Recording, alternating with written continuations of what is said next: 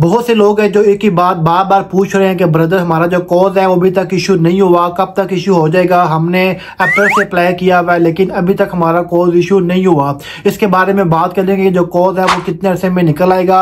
और जो दूसरी बहुत ज़्यादा इंपॉर्टेंट चीज़ है वो ये कि फेक कोर्स के हवाले से यूके में बहुत बड़ा स्कैम चल रहा है। आप लोगों को जिन्होंने कोर्स अप्लाई किया हुआ है या जिनका कोर्स इशू हो चुका है तो उनको क्या करना चाहिए। अगर आपने ये स्टेप ना लिया तो 10 साल के लिए आप लोग बैन हो जाओगे। ये मैं खुद से नहीं कह रहा, मैं आपको होम ऑफिस की ईमेल दिखाता हूँ, आपने खुद पढ़ लेना है। तो आप इस स्कैम से कैसे बच सकते हैं, सिर्फ एक काम आपने करना है, बहुत सिंपल सा ही काम है। वीजा अप्लाई करने से पहले आपको वो काम करना पड़ेगा। तो गाइस वीडियो बहुत सारा इंपॉर्टेंट है, तो देर किस बात की, स्टार्ट करते हैं आज की वीडियो को।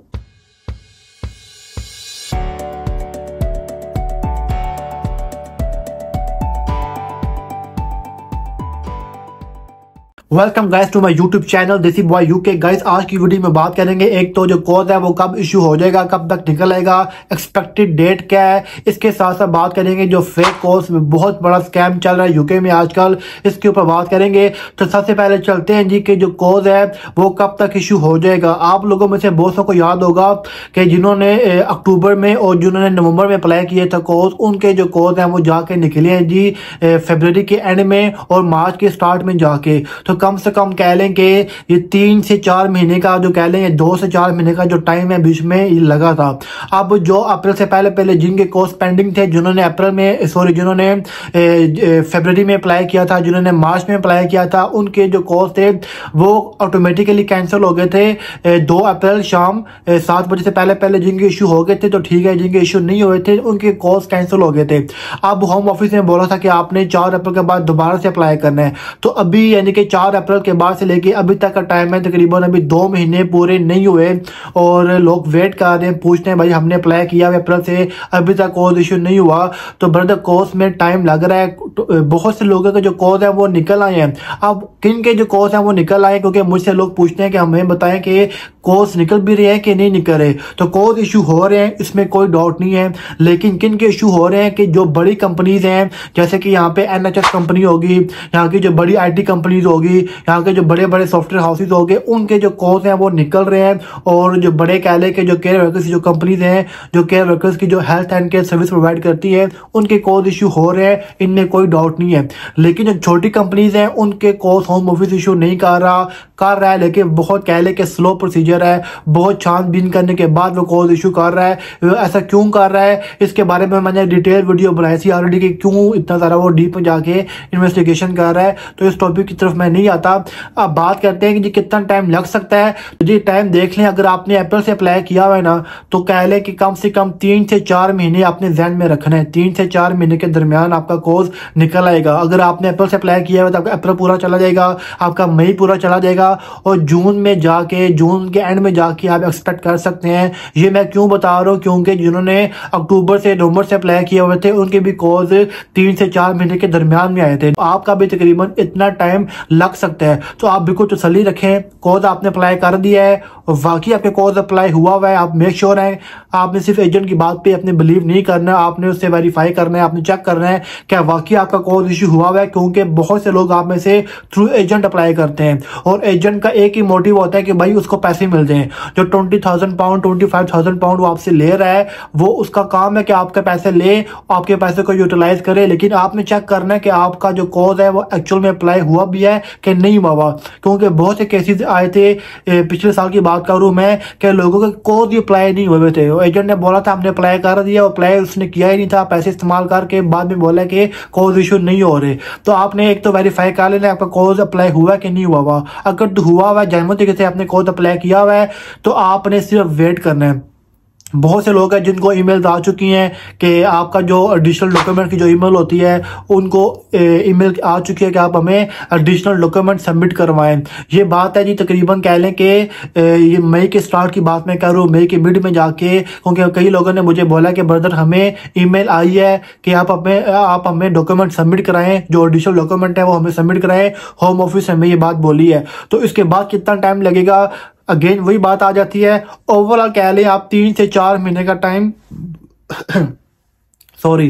तो ओवर आप 3 से 4 महीने का टाइम अपने जहन में रखें, इतने टाइम में आपका जो कोर्स है वो निकल आएगा। उसके बाद आपने वीज़ा अप्लाई करना है। तो जो मेन चीज़ है जो मैंने आपको बताने का मकसद है कि यहाँ पे बहुत बड़ा स्कैम चल रहा है वीज़ा को, इस कोर्स को लेके, सर्टिफिकेट और स्पॉन्सरशिप को लेके। कि ऐसा हो रहा है कि जो कंपनीज है वो कोर्स इशू करती ही नहीं है, और एजेंट कह लें, जो एजेंट नाम निहाद जो एजेंट बने हुए हैं वो एजेंट क्या करते हैं जी, फेक कोर्स बना के पैसे आपसे बटोर रहे हैं। पैसे बटोरने के बाद फेक कोर्स निकालते हैं, कहते हैं जी आपका कोर्स निकल आया, आप लोग वेरीफाई नहीं करते और आप अपना वीज़ा सबमिट करवा देते हैं। तो जो लोग ऐसा कर रहे हैं, ये आपको स्क्रीन के ऊपर नजर आ रहा होगा। देखिए जिस बंदे के साथ क्या हुआ, ये होम ऑफिस की तरफ से ईमेल है जिसमें इन्होंने बोला है कि आपको 10 साल के लिए बैन कर दिया है। आप ये पढ़ भी सकते हैं, मैं आपको पढ़ के सुना रहा हूं। उसमें लिखा हुआ क्या है, इन support of your application you have submitted a certificate of sponsorship in your name with reference number this. However, checks made by this office show that this document is not genuine, as a falsified or non-genuine document has been submitted. Now, in relation to your application, it is refused under 9.7.2 of the immigration rule. In view of this, I am not satisfied of your genuine intentions in traveling to the UK. ये आपने पढ़ लिया, उसमें बता दो यही चीज लिखी आ रही है कि आपने जो होम ऑफिस ने बोला इस बंदे को कि आपने जो डॉक्यूमेंट सबमिट कराया है कोर्स लेटर, वो जेन्युइन नहीं है, वो फेक है, वो फाल्सिफाइड डॉक्यूमेंट है, आपने सबमिट कराया है। तो हमें जो लग रही है आपकी इंटेंशन है यूके में, वो जेन्युइन नहीं है, आपने जेन्युइन डॉक्यूमेंट सबमिट नहीं कराया। इस बेसिस के ऊपर हम आपका जो वीजा है इसको वो रिजेक्ट कर रहे हैं। और अगली ईमेल में उन्होंने बताया हुआ कि 10 साल के लिए उन्होंने इसको बैन कर दिया है। या पढ़ भी सकते हैं, आपको नजर आ रहा होगा, 10 साल के लिए उन्होंने इसको बैन कर दिया है। चाहे किसी तरह का भी वीजा हो, चाहे वो विजिट वीजा हो जाए, चाहे वो वर्क परमिट हो जाए, चाहे वो डिपेंडेंट वीजा हो जाए, चाहे वो फैमिली वीजा हो जाए, किसी भी तरह का, चाहे वो स्पाउस वीजा हो जाए, वो लेके यूके में आप नहीं आ सकते। 10 साल के लिए बैन हो जाएंगे। आपने आप करना क्या है, एक काम आपने करना है कि जब आपका एजेंट बोलता है कि आपका जो कोर्स है वो निकल आया है, या आपको कह ले कि जो ईमेल आती है कि आपका जो कोर्स है वो निकल आया है, तो आपने वेरिफिकेशन करनी है। अब बहुत से लोग कह रहे हैं कि वेरिफिकेशन आप कैसे कर सकते हैं, आप जाके स्पॉन्सर लिस्ट में देखें जाके, ऐसा आपने नहीं करना। लोग बोलते हैं कि आप स्पॉन्सर लिस्ट में जाके देखें कि जो कंपनी का नेम है वो मैच कर रहा है या नहीं कर रहा। दूसरा तरीका आप जाके गवर्नमेंट की साइट पे जाकर चेक करें कि जो कंपनी का नेम आ रहा है कोर्स के ऊपर, ये नेम रजिस्टर्ड है या नहीं है। आपने हरगिज ऐसा नहीं करना। ये सारे के सारे कह लें कि सेकेंडरी हैं, ये एडिशनल चेक्स हैं। जो मेन काम आप कर सकते हो, मैं ऐसा क्यों बोल रहा हूँ कि ये प्राइमरी नहीं है, मैं इसकी रीज़न बता दूँ आपको। क्योंकि जो लोग फेक कोर्स बनाते हैं उनके पास पूरा का पूरा डेटा होता है, उनके पास पूरी की पूरी कंपनीज की लिस्ट होती है, जो कि बड़ी आसानी के साथ उनको मिल जाती है गवर्नमेंट की साइट के ऊपर से। तो वहाँ से वो फिल्टर करके देख लेते हैं कि कौन सी कंपनीज एक्टिव स्टेट में आ रही हैं।